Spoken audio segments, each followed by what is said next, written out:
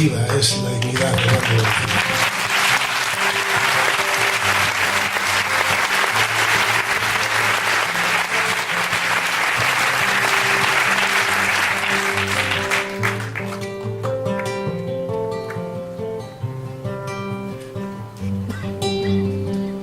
Se van llevando la memoria, queda en la historia una mancha, un borrón. Mientras el resto sufre amnesia, un viejo recuerda una canción de aquella lejana batalla donde pudo morir en una guerra no ganada. A veces me pregunta por ti. Se creó en la trinchera otra bandera de otro color. Solemne en su viento ondea sobre la cima y en su salón. A veces habla con fantasmas de cuyo nombre se olvidó. Vencidos nunca regresaron de su exilio interior. Ni un momento, ni un recuerdo para los que perdieron, los que construyeron la tumba, el mausoleo de la miseria del carnicero. ¿Cómo esperas ganar sin ellos las batallas que anteriormente perdieron? Si han de callar, que callen aquellos los que firmaron pactos de silencio.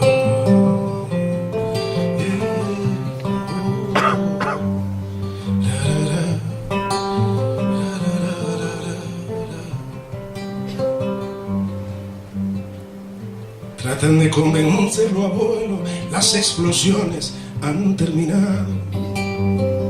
Pero cuando sale a la calle, Madrid parece bombardeado. Y lees gritos en los muros, gritos contra los que luchó. Y personajes de rostro oscuro que le inculcaron el terror. Y un día, sin darnos cuenta, el viejo con sus historias se consumió. Y en la memoria de su nieto, solo una huella, un leve borrón de aquella lejana batalla donde pudo morir en una guerra no ganada, donde luchó por ti, donde luchó por ti.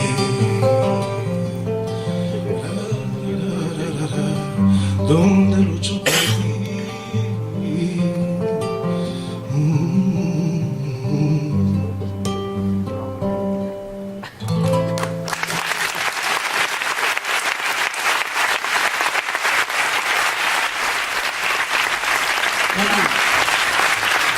Buenas noches.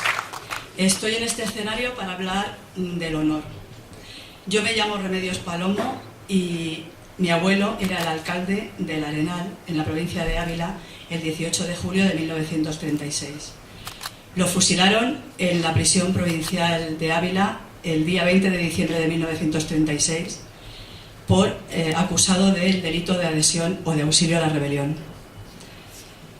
Antes de matarlo a él, de fusilarlo a él, un mes y medio antes, grupos armados de pistoleros de mi pueblo y de pueblos de alrededor sacaron de sus casas a bastantes personas. Entre ellas iban el padre y la madre de mi abuelo, Julián Palomo y Juana Chozas, y un cuñado de mi abuelo, Mariano Navarro, de 27 años. El 1 de noviembre de 1936 los llevaron al campo, a una cuneta en medio del campo, un camino rural. Allí los mataron junto con 7 u 8 vecinos del pueblo y allí los dejaron enterrados durante muchísimos años, concretamente hasta el 1 de noviembre de 2003, año en el que fueron exhumados por la familia y conducidos al cementerio del pueblo en una ceremonia que yo llamo un entierro demorado 67 años. El 17 de febrero de 1937, en otra de las sacas que se hacían habitualmente, sacaron de su escondite a Venancio Palomo, que es hermano de mi abuelo. Lo meten en un camión junto con otros vecinos y camino de Arenas de San Pedro, en la carretera, a mitad de camino, son sacados del camión y asesinados en una cuneta, enterrados allí también. Estos no han tenido tanta suerte, siguen en la cuneta porque la exhumación es más dificultosa, pero desde junio del 2011 hay un monolito al lado de la carretera y al lado de la fosa que recuerda que están allí y que fueron víctimas de la represión franquista por su lealtad a la República. También en octubre del 36, cuando detuvieron a mi abuelo, detuvieron a una tía abuela suya, Emilia Chozas, y la llevaron a la prisión provincial de Ávila. Esta mujer es definida por uno de los testigos, esta señora es definida por uno de los testigos como mujer lista e intrigante de elevado nivel económico y la consideran responsable de la formación política y de la actitud y el compromiso de sus sobrinos. Esta mujer estaba en la prisión de Ávila cuando mataron a mi abuelo. No tuvo bastante con el sufrimiento de estar presa, tuvo que asistir al asesinato de uno de sus sobrinos favoritos, pero por lo menos tuvo la suerte de darle los 2 últimos besos que recibió en vida mi abuelo. Hay un tercer Palomo desaparecido. Desaparecido quiere decir que desapareció del pueblo, que no consta fosa, que no consta oficio, que no consta lugar, desaparecido absolutamente. El honor del que os hablaba al principio, es que yo, que en el fondo no soy más que un error en el plan de su exterminio, una grieta en ese plan de exterminio, esté hoy aquí en esta pequeña sucursal de la República, hablándoos de su muerte para que podáis haceros una idea de cómo fue su vida. El honor es más cosas para mí. El honor es haber conocido a Hilda Farfante, que está, como no podía ser de otro modo, aquí a mi izquierda, haberla conocido en muchos sitios muy saludables, en actos del Cementerio del Este, en la Ronda de Sol todos los jueves. Últimamente nos vemos los martes, los lunes, los domingos constantemente, pero siempre estamos trabajando en lo mismo, ¿no? En la recuperación de la memoria y en el recuerdo de los nuestros. Es un honor querer a Hilda y es un honor anunciaros su participación a continuación. Hilda Farfante Gallo. Gallo porque es hija de Balbina Gallo Gutiérrez, maestra de la República, que el día 9 de septiembre de 1936, cuando se dirigía a abrir las escuelas de Cangas de Narcea, de las que era directora, fue detenida, conducida a algún lugar y asesinada y desaparecida hasta el día de hoy. Hilda tenía 34 años y 3 hijas pequeñas. Hilda Farfante, porque es hija de Ceferino Farfante Rodríguez, ¿no? De 33 años, maestro de las escuelas de Cangas de Narcea, igual que su mujer, igual que Balbina. Y bueno, salió, al comprobar la tardanza de su mujer en regresar, salió a buscarla y tuvo el mismo destino. Fue fusilado, asesinado, ejecutado en alguna parte, sin que se sepa todavía tampoco su ubicación, se conozca su ubicación. Hay una placa, el resto físico que puede haber de Balbina en la actualidad es una placa en el cementerio de su pueblo que recuerda su presencia. Y a continuación, Hilda Farfante Gallo.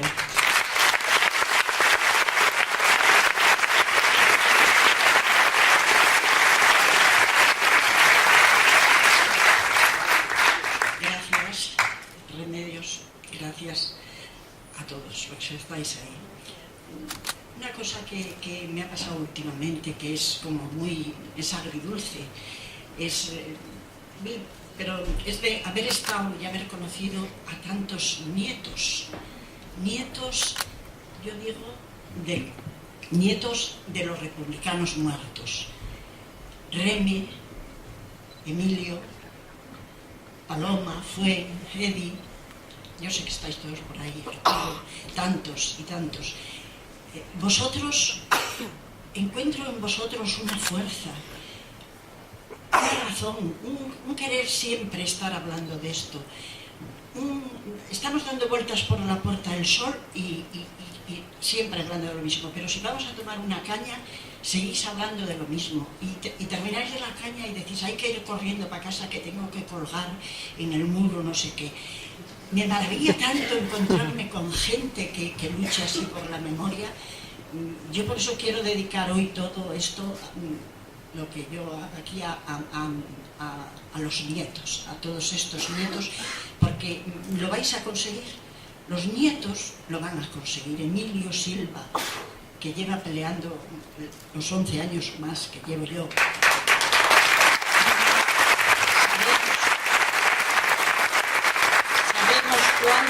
¿Cuántos debemos? Tantos nietos presidentes de asociaciones, tantos nietos que estamos viendo ahora.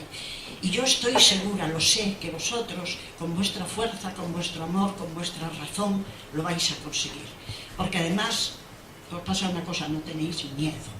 Entonces, yo espero que lo consigáis, os lo deseo. Y bueno, voy a decir para vosotros, después de ese espanto que contó primero de su familia, tanto, y después el espanto de lo que ocurrió en la mía en aquellos 3 días de septiembre, en que un día asesinaron a mi madre, al día siguiente a mi padre, y después me separaron de mis hermanas. 65 años después de aquello volví yo a Cangas del Narcea, que se colocaba una placa, y estando allí por primera vez al lado de la fosa, donde se cree que están los restos de mi madre, y como un monte en el que detrás del monte se supone que está el barranco donde está mi padre, querían que yo dijera algunas cosas, y claro, yo no pude decir, yo grité. Y ese grito es el que voy a decir para vosotros ahora.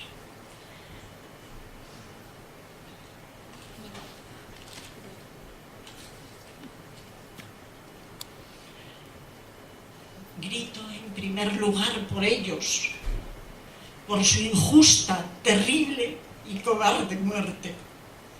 Grito por su miedo, por su dolor, por su juventud truncada, por la vida que no tuvieron. Y grito por nosotros, que nos quedamos aquí sin ellos, pobres, huérfanas y a merced de sus asesinos, que se pasaron 40 años insultándolos, pisoteándolos y diciendo mentiras y más mentiras sobre su vida. Y mentiras y más mentiras sobre su muerte. Grito y vuelvo a gritar por todo lo que tuvimos que callar y que aguantar.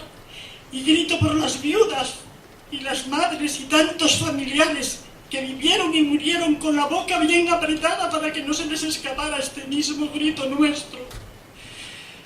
Y grito por la verdad, por su verdad, por la única verdad, que fueron asesinados porque defendían causas justas. Y grito por la justicia, esa justicia que ellos tanto se merecen y nosotros tanto necesitamos. Y con Miguel Hernández digo, que mi voz suba a los montes, que baje a la tierra y truene. Eso pide mi garganta desde hoy y desde siempre. Y dejo de gritar, y no porque no tenga más gritos, que todos sabéis que serían interminables. Dejo de gritar porque ahora ya sé que aunque los hijos desaparezcamos de esta tierra, que ya no quede ninguno, mientras no se les diga la verdad, mientras no se les haga justicia, vosotros, los nietos, seguiréis gritando por mí, porque no tuvieron juicio, ni abogado, ni sentencia. Sus hijas seguimos buscándolos. ¿Hasta cuándo?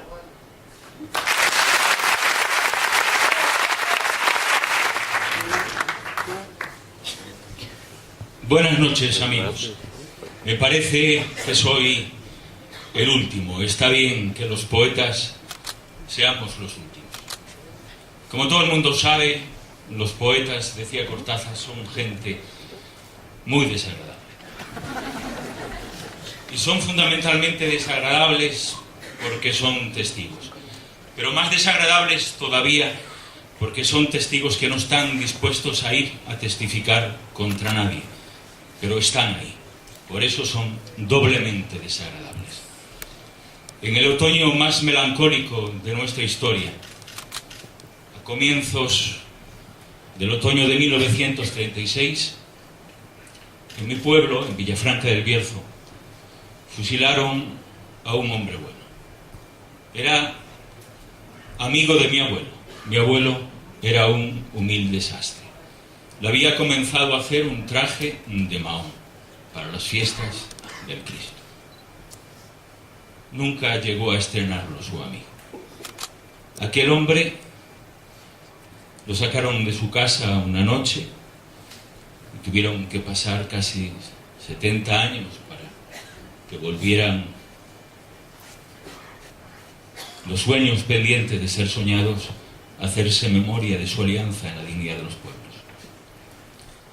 Era un sencillo comerciante, tenía una tienda de ultramarinos y se llamaba Emilio Silva.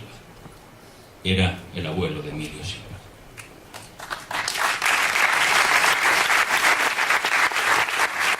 Quizás los poetas no tengan mayor encargo en la vida que la de escribir para intentar mantener inmaculada y pura la sonrisa de los muertos y hacer de la lengua la memoria de las víctimas. Decía Shelley que los poetas eran los legisladores de la humanidad. Queridos amigos, hoy ya sabemos que no. Los legisladores de la humanidad son los grandes sátrapas, los miserables, los mercaderes del dolor humano. Hoy sabemos que el fascismo fue algo más que una maquinaria de indefensión civil. Fue algo mucho más que una estructura de sometimiento y de indefensión civil.